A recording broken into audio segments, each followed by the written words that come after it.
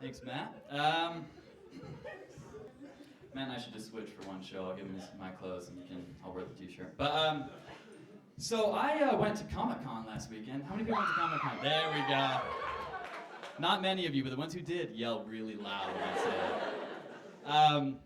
So that was interesting. Comic-Con is like Disneyland for nerds, you know? And for those of you who don't know, everybody comes in costume. That's like the cool thing. And the really fun thing is to see the people that kind of show up as variations of the character they're trying to dress like. You know, for instance, I mean, yeah, when we were we saw like a pink Spider-Woman, a purple Boba Fett, and I mean, yeah, Salt Lake City Comic-Con was no exception. I mean, some of the variations I saw were absolutely mind-boggling. There was this one guy who showed up as a version of Superman I'd never seen before. It was Superman, but he was like a Superman that was like 30 years older than regular Superman. And like, his costume didn't really fit like regular Superman's costume did. You know, and maybe he like kind of the Superman that hadn't really fought crime in like, you know, a couple decades or so, had a beer belly now, and it was subtle, but I got it. I was really impressed. And of course, the women at Comic-Con were just as good or better than the men in this regard. Like this one woman, I mean, she came dressed as one of the most daring contemporary commentaries on Star Wars I've ever seen. She came dressed as Jabba the Hutt, only wearing Princess Leia's metal slave bikini. Now, I don't know if this was her intention, but she nailed it. She nailed that costume. Nailed it so hard I almost threw up when I first saw her, but it was there. Speaking of disturbing mental images, who here uses Snapchat? Anybody a Snapchatter in here? There we go. I feel like I am too, but I feel like Snapchat's kind of got mainstream in the last little while. Like everybody has it, and like with every social media thing, you know when it's kind of going downhill when people's parents start using, you know, Snapchat. My dad specifically discovered Snapchat a couple of weeks ago and celebrated this fact by sending me an up-close picture of him kissing my mother, proving that while Snapchat can delete a picture from your phone after 10 seconds, it cannot unburn an image out of your mind. And it's just kind of ironic, because I've never used Snapchat to send or receive any inappropriate text messages, but like now I really want to get a skanky Snapchat just so I don't have to tell people that the most sensual picture I got on that app was actually from my own parents. I mean, even if it was Jabba Chick from Comic-Con, I'm not gonna look at it, I just want to tell people that. So marriage is a big thing here in Provo.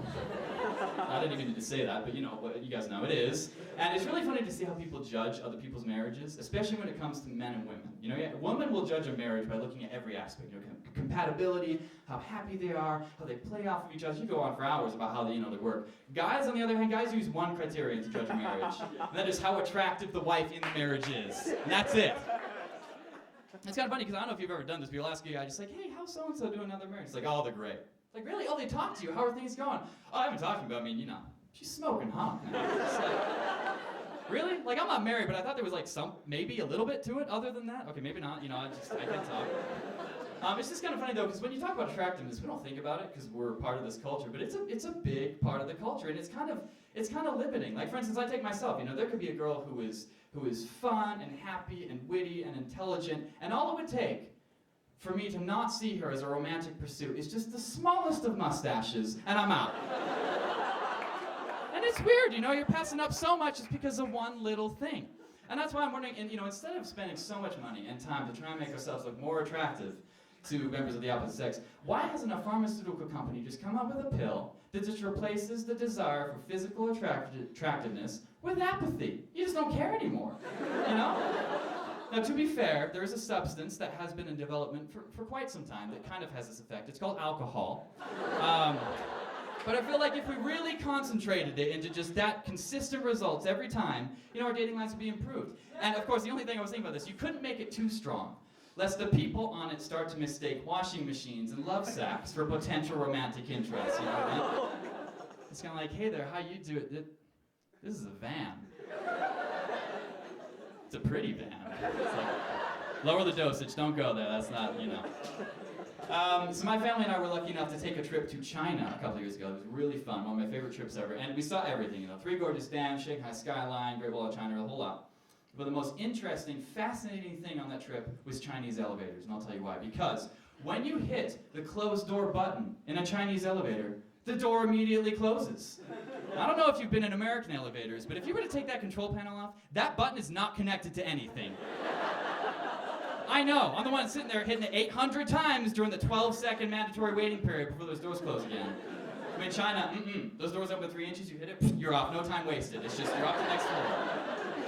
And I understand, like, people's hesitation and caution about, like, instantaneously closing elevator doors. Like, I get it. But I've seen the light. It's like the Wikipedia principle. You know, Wikipedia is an online encyclopedia that anybody can edit at any time. And that's why whenever I go on there, I'm expecting to see inappropriate photos everywhere, just the word butts written over every article.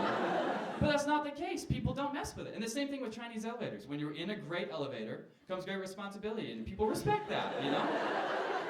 And I'm not a financial advisor in any capacity, but I have noticed in recent years how we're kind of worried that China has a better economy than we do, and they can produce more than we do. And look, I can't solve the problem, but I will say their executives aren't waiting 12 seconds at every floor when the elevator stops. We take that over here, I think we'll be on even ground. All right, you guys, thank you. You've been a great audience. Have a good night.